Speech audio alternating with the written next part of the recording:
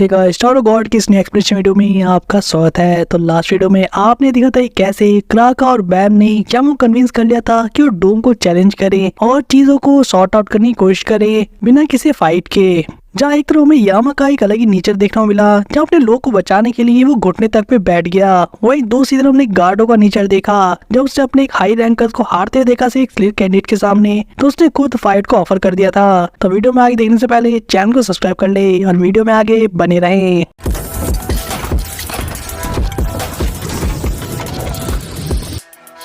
Episode के start में हम वही देखते हैं जहाँ पे गार्डो अभी भी बैम को ऑफर दे रहा था, यानी कि अगर वो इस बैटल में गार्डो से फाइट करता है तो उसके बदले में उसे डैंग डैंग का रियल हार्ट कहाँ पर है ये बता देगा। जब इस ऑफर को सुनता है तो काफी ज्यादा इंटरेस्टेड लग रहा था, क्योंकि जितनी क्यूरियोसिटी के साथ तो इस बात को वापस से पूछता है गार्डो से क्या वो सच बोल रहा है या नहीं। क्राका समझ जाता है कि बैम यहाँ पे ट्रैप में फंसने वाला है और इसलिए उनको रोकने की कोशिश भी करता है, कहते हुए कि ये चीज यानी कि ये ऑफर रूल्स के अगेंस्ट में है। लेकिन यहाँ पे क्राका कुछ कर पाता, यानी कि कुछ करने से पहले ही यहाँ पे लॉर्ड पॉल बीच में इंटरवीन कर देता है क्राका को आगे बढ़ने से पहले ही। और क्राका कहता है कि चलो मान लो कि हम ये फाइट हार गए और जो रूल्स तुमने सजेस्ट किए थे तो उसके अकॉर्डिंग तुम्हें हम में से किसी एक से फाइट करना होगा, जहाँ पे मैं ये कह रहा हूँ कि अब मैं तुमसे फाइट करूंगा। तो इसके अकॉर्डिंग रूल में हमने कोई छेड़खानी नहीं की और इस केस में हमें आपस में फाइट करनी होगी, तो तुम इस बच्चे को बचाने नहीं जा सकते। और अगर ये तुम्हारे लिए किड इतना ही प्रीशियस है, ये कीमती है, तो तुम सिर्फ अपनी हार मान लो और मैं तुम्हें जाने दूंगा इस किड के पास। जहाँ पे क्राका को कुछ करने से पहले पॉल ने रोक लिया, वहीं पे गार्डो अभी भी अपने ऑफर को बैम को वापस से बता के इसे कन्विंस करने की कोशिश कर रहा था कि तुम्हारे लिए डैंग डैंग इतना इम्पोर्टेंट है और वो अभी भी जिंदा है। अगर उसे उसका हार्ट मिल जाए और उसकी लोकेशन सिर्फ मुझे पता है, तो तुम्हें सिर्फ एक्सेप्ट करना है इस फाइट को। तो तुम क्या करोगे स्लेयर कैंडिडेट? वहीं पे अपना एलिगेटर यानी कि रैक जो ये सब चीजें देख रहा था, वो समझ जाता है कि बैम यहाँ पे मुसीबत में पड़ सकता है और इसलिए अपनी पावर्स का यानी कि रॉक वाले मैजिक का यूज करता है, ये कहते हुए कि stay away from black turtle you bastard. जब रैक के इस अटैक की वजह से वहाँ पे जितने भी रॉक थे वो अलग ही तरह की वॉल क्रिएट कर देते हैं गार्डो और बैम के बीच में, जहाँ पे गार्डो अपने लेवल 2 का ट्रांसफॉर्मेशन यूज करता है इसे काउंटर करने के लिए। जहाँ दो लटने के बाद हमें पता लगता है कि एक्चुअल में यहाँ पे गार्डो उस वॉल के ऊपर अटैक नहीं कर रहा था, बल्कि बैम के ऊपर कर रहा था। जहाँ पे वो समझ जाता है कि उसने ये चांस मिस कर दिया, क्योंकि बैम वहां से थोड़ा पीछे हट गया था। लेकिन इससे पहले कुछ और कर पाता। हम देखते हैं यहाँ पे एक दूसरे रैंकर को आते हुए जो गार्डो पे अटैक कर देता है, और ये कोई और नहीं बल्कि इस केज का नंबर 3 था, यानी कि कैंजॉन। और अब हमें कुछ देर पहले की इवेंट्स को दिखाया जाता है किसी दूसरी जगह पे केज के अंदर ही, जहाँ पे हम उस इंटर्न को देखते हैं, जहाँ पर कून और एलिगेटर यानी कि रैक उसे छोड़कर चले गए थे, कहते हुए कि तुम एक रेगुलर हो जिसे खुद एडॉन ने चूज किया था इस टावर पे चढ़ने के लिए, तो तुम खुद ही फिगर आउट कर लोगी तुम्हें क्या करना है और कहाँ से निकलना है। और ये इन दोनों के वहां से जाने के बाद के इवेंट्स हमने देखे थे, लेकिन इनके साथ क्या हुआ ये हमें अब दिखाया जाता है, जहाँ पे कून की पावर यानी कि वो जो फिश थी फ्लेम से बनी हुई, उसी की पावर से यहाँ पे कैंजोन की बेटी भी ठीक हो जाती है। जहाँ वो अपने इस एक्सपीरियंस को बताते हुए इस इंटर्न को, जहाँ वो एकदम से रिकवर तो कर गई थी, लेकिन उसे पता था यहाँ जो चीजें चल रही हैं वो उसकी औकात की कई हद तक बाहर है, और इसलिए अपने फादर के पास वापस जा रही थी ताकि उनकी हेल्प ले सके। वही दूसरी तरफ में कैंजोन को दिखाया गया था जो कि फाइट में हार गया था गार्डो से वापस, जब गार्डो धोखा देके उस जगह से जा रहा था लॉर्ड पॉल के पास, और ये बंदा ही पड़े पड़े सोच रहा था कि उसे ऐसे यहाँ पे नहीं पड़े रहना चाहिए, क्योंकि लॉर्ड यामा सो रहे हैं उसके अकॉर्डिंग, और इस पूरी केज में उसके अलावा गार्डो ही सबसे पावरफुल इंसान है, और इसीलिए उसे ही जाकर उस गद्दार गार्डो से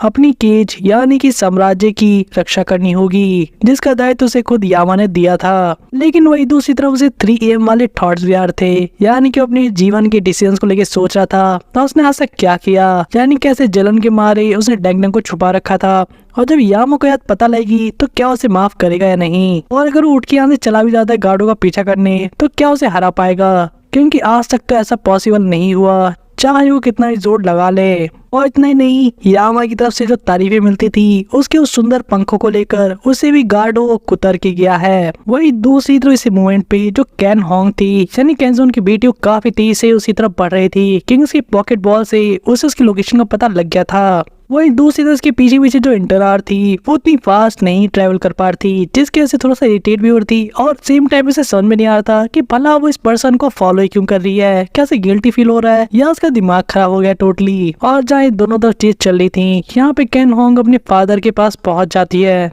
जहाँ वो देखते उसे जमीन पे ऐसे डिफीटेड पड़े हुए और फाइनली उससे पूछती है कि भला आपके जितना पावरफुल पर्सन उसके साथ ऐसा किसने किया। आखिरकार ये नंबर 3 जो था पूरे केज में ना कर्ल जोन सारी सिचुएशन को एक्सप्लेन करता है कि कैसे गार्डो ने इन लोगों को धोखा दिया है और उसी ने इसकी हालत भी की थी, जो कि अब दुश्मनों से मिल चुका है। वही केन होंग ये सुनकर कहती है तो हमें यहाँ पे बैठे रहने का टाइम नहीं है, बिल्कुल हमें उन्हें रोकना होगा। लेकिन केन जोन जिसका कॉन्फिडेंस क्रश करके गया था गार्डो, उसका कहना था मैं श्योर नहीं कि हम कुछ कर भी पाएंगे, लॉर्ड यामा सो रहे हैं और गार्डो ने मुझे ऑलरेडी हरा दिया है, अब इस केज में से कोई भी नहीं है जो गार्डो को रोक सके। वही केन होंग के लिए काफी सरप्राइजिंग था, उसने अपने फादर को आज तक इतना डिमोटिवेटेड नहीं देखा था। चाहूँ कहते मुझे समझ में आता है कि आप काफी ज्यादा घायल हैं और आप फिर से एक बार हार गए गार्डो से, अपनी सॉन एनिमी से, लेकिन ऐसा बिहेव करना जैसे कि आप कोई कमजोर या कायर हो या आपको शोभा नहीं देता फादर। और क्या हमेशा जीत ही मायने रखती है? आखिर आप जीत को लेके इतना ऑब्सेस्ड क्यों हो?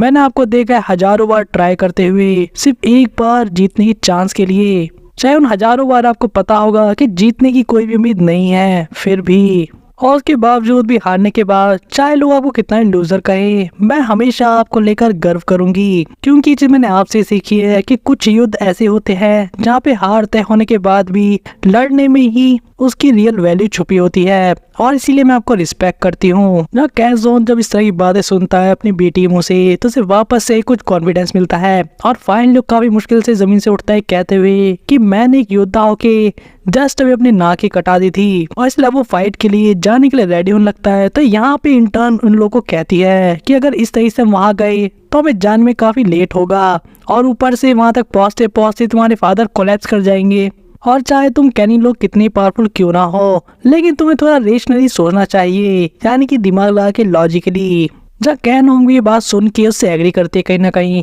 और सोचती है कि उसे क्या करना चाहिए अपने फादर की हेल्प करने के लिए। और यहाँ पे केन होंग फाइनली एक डिसीजन लेती है और जो पावर से कून से मिली थी, यानी कि वो जो फ्लेम की पावर थी, वो अपने फादर को पास ऑन कर देती कहते हुए कि जब आप उनसे हरा दोगे तब आप मुझसे वापस आकर मिलना। और ये पावर पास ऑन करने के साथ ही वो जमीन पे गिर जाती है और ये प्रेजेंट में हमें दिखा जाता है गार्डो के सामने केन जोन को, जिसकी विंग्स वापस से ठीक हो गई थी, और वो गार्डो को बताता है कैसे उसकी बेटी ने उसने वापस स्ट्रेंथ दी फाइट करने की और इस बार वो गार्डो से नहीं हारने वाला। वही मैम भी जब इसे नोटिस कर लेता है तो वो कहता है तुम तो एक लीडर्स में से एक हो जो लॉर्ड यामा के साथ थे। जहाँ ये बंदा कहता है हाँ मेरा नाम जॉन है, और यहाँ पे वो बैम को ये भी कहता है मुझे ये तो नहीं पता है क्या चल रहा है, लेकिन मैं अब इस गद्दार से निपट लूंगा, तुम्हें इससे बाहर रहना चाहिए स्लेयर कैंडिडेट। वही गार्ड इसे वापस आते देखकर बिल्कुल भी खुश नहीं था, उसे समझ में नहीं आ रहा था कि उसके हिसाब से तो उसने इसे हरा दिया था हमेशा के लिए, तो ये बंदा वापस कैसे आ गया और उसकी डॉटर ने उसको स्ट्रेंथ कैसे पास ऑन कर दी।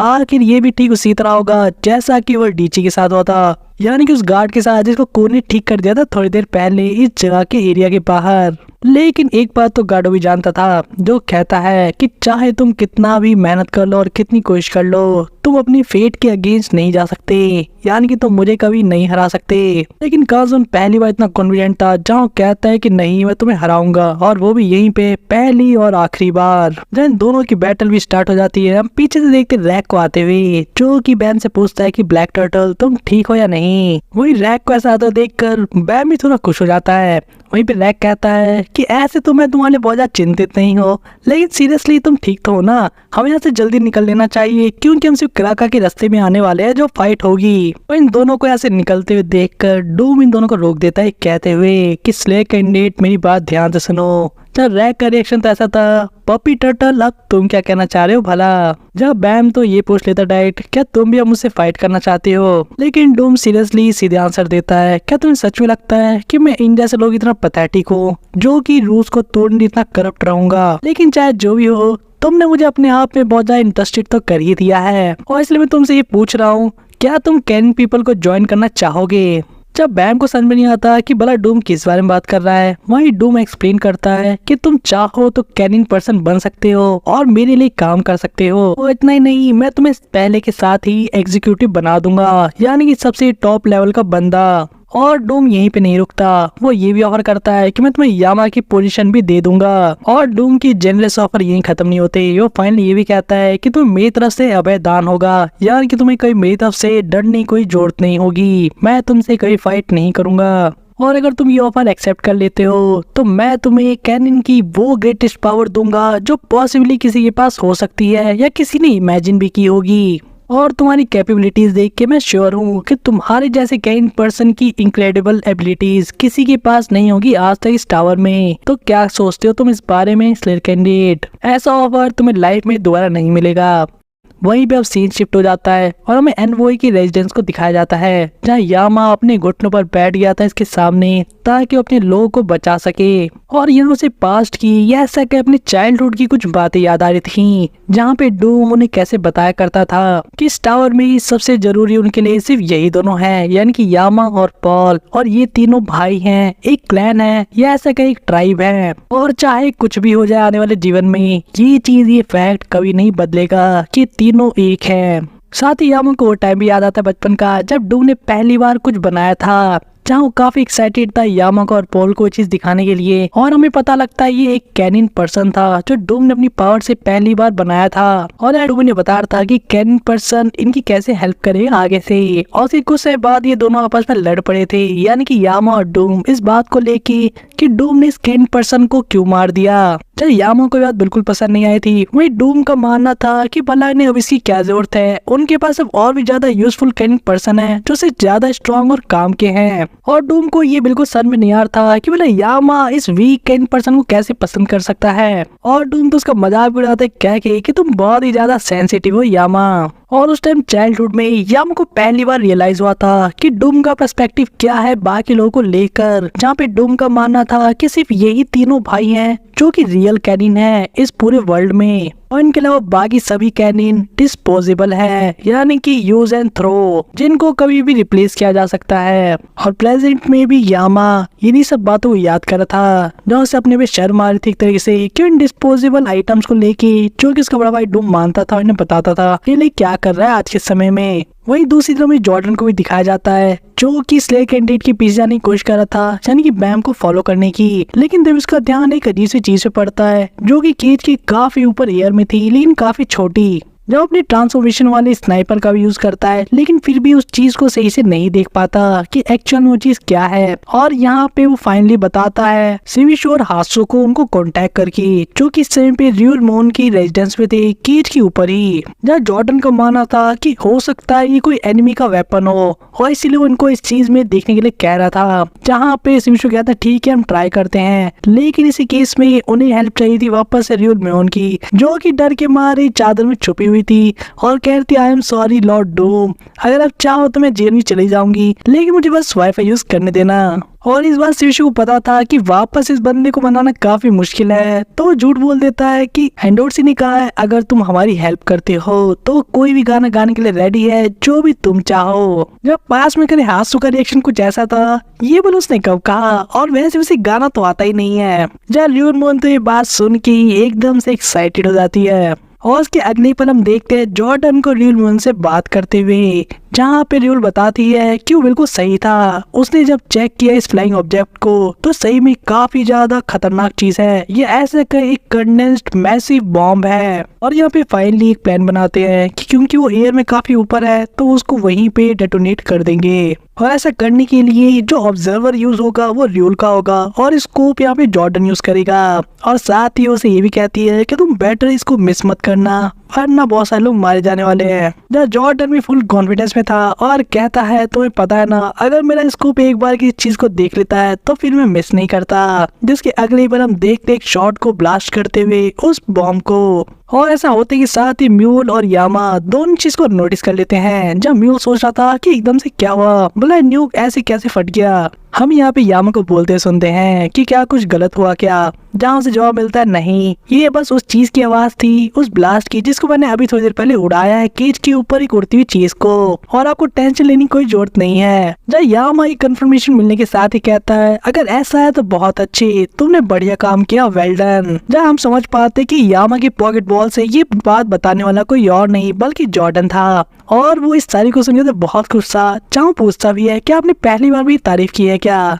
जहाँ पे यामा कहता है यप, और जॉर्डन कहता है अगर ऐसा है तो मैं इस चीज को रिकॉर्ड करके रखूंगा अपने पॉकेट में हमेशा के लिए। जहाँ इस तरफ यामा खड़ा हो गया था वापस से, और ये बात सुनी कहता है कि तुम उसे याद रखोगे। हाँ वैसे भी जो डॉग्स होते हैं काफी लॉयल होते हैं और वो हर चीज को रिपे करते हैं अगर तुम उसका अच्छा ध्यान रखो, एक्सेप्ट मी ऑफ कोर्स, क्योंकि मैं किंग ऑफ डॉग्स हूँ। जो बोलने के साथ हम यामा की एक टेरिफाइंग स्माइल भी देखते हैं और उसके चमकते हुए फैंग्स भी, जो चीज देखते के साथ ही अभी इनवॉय यानी कि म्यूल वहां से भागना शुरू कर देता है क्योंकि उसे पता था कि उसका क्या हाल होने वाला है। लेकिन यामा उसे ऐसे भागते देखकर कहता है मैंने तुम्हें कहा था ना तुम सिर्फ एक ही जगह जाने वाले हो और वो जगह है नर्क। और एक कहने के साथ ही यामा यहाँ पे अपनी ट्रांसफॉर्मेशन का यूज करता है और अटैक कर देता है इस बंदे के ऊपर एक कहते हुए कि मैं तुम्हारा नाम निशान मिटा दूंगा इस धरती पर से। जहाँ पे वो तो चिल्ला रहा था एंडर मेरी मदद करो। वही यामा की इस अटैक के बाद जब दोनों हटती है तो हम देखते जमीन पे पड़े हुए म्यूल के हेड को, जहाँ काफी ज्यादा डिस्ट्रक्शन हुआ था। लेकिन वो भी एक अजीबोगरीब चीज भी थी, ये म्यूल बंदा अभी भी जिंदा था, जिस चीज को यामा भी नोटिस कर लेता है और कहता है तुम्हारा सिर्फ हेड ही बचा है लेकिन तुम फिर भी अभी कैसे ठीक हो। वह म्यूल जो शायद अब मरने वाला था हंसते हुए कहता है मुझे फर्क नहीं पड़ता कि आप मुझे मार दो, लेकिन एंडर यहाँ पे जल्दी आने वाले हैं और फिर तुम सब कुछ खोने वाले हो अपना लॉर्ड यामा जिसे तुम इतना ज्यादा प्यार करते हो, और यही तुम्हारी डेस्टिनी है। जब यामा इसके हेड को भी क्रश कर देता है और जाते कहता है डेस्टिनी ये तो कंप्लीट बुलशिट है, इसको तो अपनी खुद की डेथ का भी पता नहीं था। वही हमें फाइनली अब कून को दिखाया जाता है जो कि फैंग को लेकर हाइना की तरफ बढ़ रहा था जैसा कि चैलेंज में कहा गया था, लेकिन उसके पीछे भी बंदे लगे हुए थे जिनसे पीछा छुड़ाना काफी मुश्किल होता उसके लिए। और प्रॉब्लम सिर्फ इतनी नहीं थी, कून को अपने लाइट हाउस पे सिग्नल मिल रही थी कि और पास से कोई वॉरशिप आ रही है और इस केस में अगर और रिइंफोर्समेंट आ जाती है उनके दुश्मनों की तो उसके लिए परेशानी सही में बढ़ जाएंगी। और इसीलिए वो स्ट्रेटजी बना के प्लान करता है कि कैसे उसे पहले इस रैंकर से निपट लेना चाहिए इससे कि पहले इसकी हेल्प के लिए कोई और आए। और कून के साथ जो रैंकर आई थी यानी कि यामा की सर्वेंट, वो कहती है कि अगर ऐसा ही है तो मैं किसी ऐसी जगह पे चलना चाहिए जहाँ इससे फाइट कर सके, क्योंकि जो एनर्जी तुमने मुझे दी थी यानी कि उस फ्लेम की वो काफी जल्दी खत्म हो जाती है। और यहाँ पहुंचते के साथ इनके ऊपर अटैक भी हो जाता है जहाँ हम देखते कि कोई और नहीं बल्कि लॉर्ड पॉल के 3 लीडर्स में से एक है। और ये दोनों रैंकर यानी कि एक तरफ तो यामा की सर्वेंट और दूसरी तरफ लॉर्ड पॉल की आपस में फाइट करने लगते हैं फैंग को लेकर, जहाँ हम दोनों के ट्रांसफॉर्मेशन देखते हैं जो सही में काफी कमाल के लग रहे थे। और यहाँ पे कून ने एक और चीज की थी, उसने अपने फ्लेम की पावर को इस अपोजिट एनिमी को दी थी कुछ टाइम के लिए, जहाँ से काफी पावरफुल फील हो रहा था एक पल के लिए, जिसके वजह से उसने हेड ऑन अटैक कर दिया था इन पे। लेकिन एंड मोमेंट पे जब वो काउंटर करता अपने एनिमी को यानी कि कून के साइड के रैंकर को, उसी समय कून अपनी पावर वापस ले लेता है, जिसकी वजह से एकदम से ये बंदा डिफेंसलेस हो जाता है और समझ में नहीं आता कि क्या हुआ। यानी कि एक मोमेंट पहले तो पावर से भरा पड़ा था और इसके वजह से उसने इतने क्रेजी तरीके से क्लोज का अटैक कर दिया, लेकिन अगले पल उसके पास पावर नहीं है और वो अपनी रियल पावर भी यूज नहीं कर पा रहा।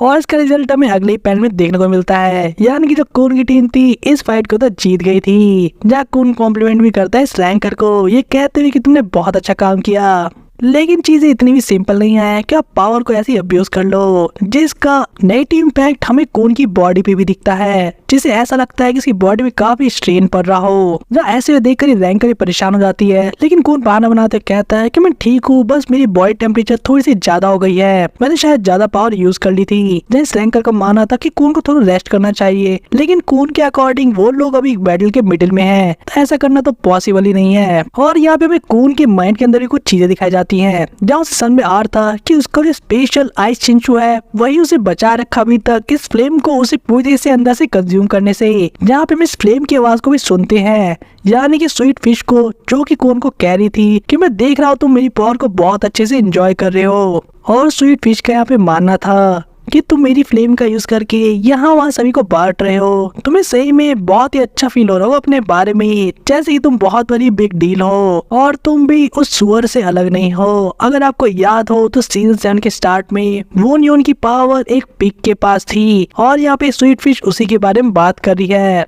और साथियों कून को भी यही कहते हुए एक तरह से वार्न करती है कि ठीक है, तुम जब तक कर सकते हो मेरी पावर एंजॉय कर लो, लेकिन किसी दिन ये फ्लेम तुम्हारे कंट्रोल से बाहर चली जाएगी और उस दिन ये आग जब सब कुछ कंट्रोल कर चुकी होगी तो कून के आसपास जितनी चीजें हैं वो सभी को अपने लैपटॉप के अंदर जला के राख कर देगी और यही सजा होगी कून की इस पावर को अब्यूज करने की। वही अब हमें दिखाया जाता जो वॉरशिप आ रही थी इनके पास वो किसी और की नहीं बल्कि मैड ड्रैको की फ्लोटिंग शिप थी। वहीं हमें एल्डर और उसके साथी को भी दिखाया जाता है जो कि फाइनली केज में पहुंच गए थे और यहाँ हम इन दोनों को बात करते हुए देखते हैं कि कैसे यहाँ आने के साथ ही उन्होंने फील कर लिया था वाइट की प्रेजेंस को, जहाँ पे उन्हें पता था कि वाइट अभी सो रहा है और अगर इन दोनों की माने तो इनके लिए ये अच्छा होगा कि उसको ना जगाए, क्योंकि चाहे उसके पास अपनी पूरी पावर ना हो इस समय पर, लेकिन फिर भी वो काफी पावरफुल तो है ही, लेकिन साथ ही में भूखा भी है जो कि लोगों की सोल्स के ऊपर जीता है और यहाँ पे सिचुएशन खराब हो सकती है अगर ये इन्वॉल्व हो जाए तो।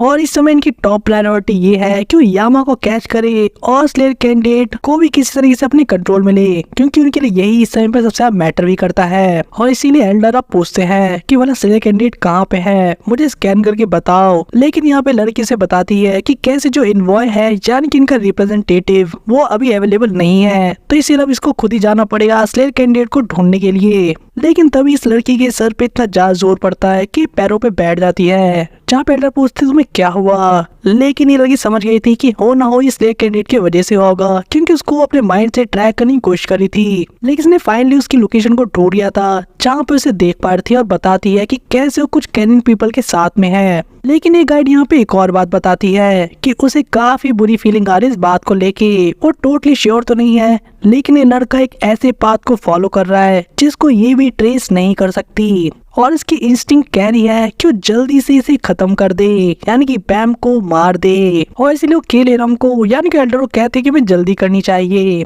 जब एल्डर भी इस बात से एग्री करता और कहता है कि काफी डेंजरस होगा अगर तुम उसके ज्यादा क्लोज गई तो। वहीं दूसरी तरफ हमें दिखाया जाता बैम को और डूम को, जहाँ अभी वही बात चल रही थी कि कैसे डूम चाहता है कि बैम एक कैनियन पीपल बन जाए और उससे पावर ले ले और साथ ही बहुत सारे ऑफर, लेकिन बैम उसके झांसे में नहीं आता, कहता है कि नो वे, मुझे पता है कि अगर मैं कैन पीपल बन गया तो तुम मेरा माइंड कंट्रोल करके यूज करोगे, तुम्हें लगता है कि मैं इस तरह की ट्रिक में फंस जाऊंगा।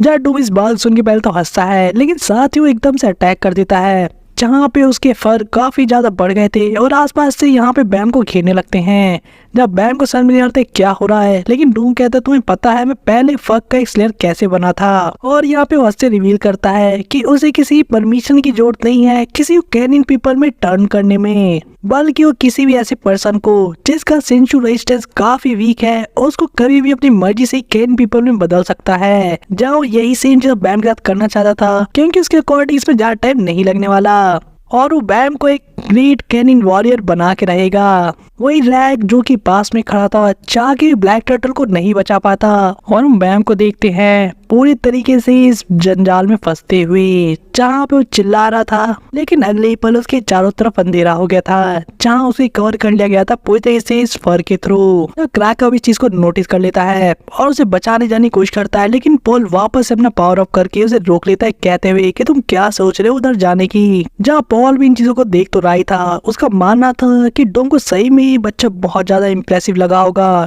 ताकि वो खुद पर्सनली उसे कैन पर्सन बनाना चाह रहा है। क्रागा को यहाँ पॉल से पता लगता है कि कैसे यहाँ पे बैम मरेगा नहीं बल्कि उसे कैन पर्सन में बदल दिया जाएगा, लेकिन उसे पता था चीज कितनी सीरियस हो सकती है, इसीलिए अपने वर्ल्ड ऑफ डार्कनेस का यूज करके बैम को बचाने के लिए जाने की कोशिश करता है। वही दूसरी तरफ में बैम को दिखाया जाता है जिसकी आंखें बंद थी और ऐसा लगता है जैसे किसी और की मेमोरीज को देख रहा है, यह स्पेसिफिकली कहीं डूम की। और यहाँ पे डूम काफी गुस्से में और ऐसा लगता है जैसे काफी हताश हो, निराश हो और किसी को लेके काफी ज्यादा फ्रस्ट्रेटेड है, जहाँ कह रहा था कि मैं उन बास्टर्ड को कभी माफ नहीं करूंगा, उन्हें नहीं छोड़ूंगा, उन 10 फैमिली लीडर्स को और खासकर उस लोपोबिया या स्ट्रचा को। और उसके अगले पल बैम अपनी आंखें खोल लेता है, जहाँ डूम को देखते जो काफी सरप्राइज था और उसे समझ में नहीं आता है कि एकदम से ये बंदा मेरी पावर को अपने अंदर कैसे खींच रहा है। वही हम देखते पीछे से एल्डर को भी यहाँ पर आते हुए, जो कह रहा था कि तुम्हें कभी नहीं जागना चाहिए था डूम। जहाँ पीछे घूम के देखता है कि भला अब उसे कौन रोकने आ गया।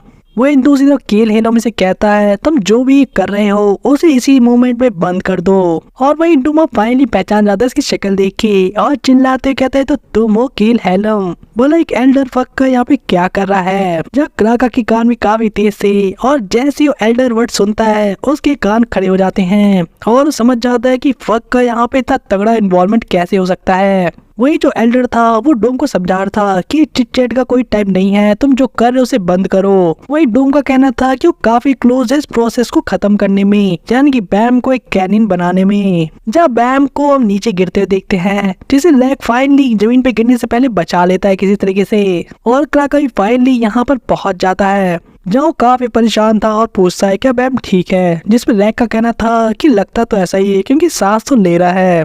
वही क्राका पूछता है क्या आप ही एल्डर हो जो कि इस तख्ता पलट के पीछे हो। जिसे देखकर एल्डर कहते हैं हेलो लॉर्ड क्राका, मैं तुम्हें पहले खुद से इंट्रोड्यूस करा दूं। मेरा नाम केल हेलम है और मैं एक एल्डर हूँ और मुझे पता है कि तुम मेरा नाम पहले से ही जानते होगे। और मैं तुम्हें बता दूं मेरा यहाँ आने का सिर्फ एक ही रीजन है कि मैं लॉर्ड बेलोड यामा से उसके स्लेयर का टाइटल से छीन लूं और डूम को एक नया स्लेयर स्थापित करूं। जब डूम जब ये बात सुनता है तो पूछता है तुम सही में सीरियस हो, तुम भला मुझे क्यों स्लेयर बनाना चाहते हो। जहाँ पे केल हेलम का कहना था बिल्कुल सही, यही पे काउंसिल ने डिसाइड किया है, यानी कि जितने भी एल्डर्स की जो काउंसिल है उनका डिसीजन यही था कि डूम को स्लेयर बनना चाहिए ना कि यामा को। लेकिन ये तब तक ही रहेगा जब तक डूम उनकी बात सुनेगा, जिस बात से डूम भी एग्री करता है। जब क्राका एल्डर से क्वेश्चन पूछता है कि क्या एल्डर्स के पास ये पावर है कि किसी पर्सन से उसके स्लेयर के टाइटल को छीन सके। जब लॉर्ड केल हेलम का ये बात सुन के कहना था ये ऐसे इस एक्विजिशन के